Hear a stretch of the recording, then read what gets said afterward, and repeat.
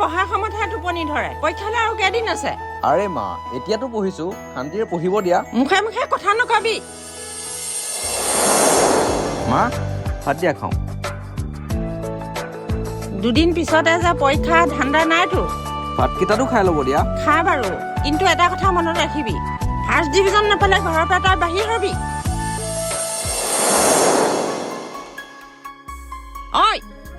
তোৰ হ'ব হ'লে কেনেবাকে তই যদি ফাৰ্ষ্ট ডিভিজন ল'ব নোৱাৰিলি দেউতা কি হ'ব চাবি কিন্তু পৰীক্ষালৈ মাজত মাত্ৰ 4 দিনমান বাকী আছে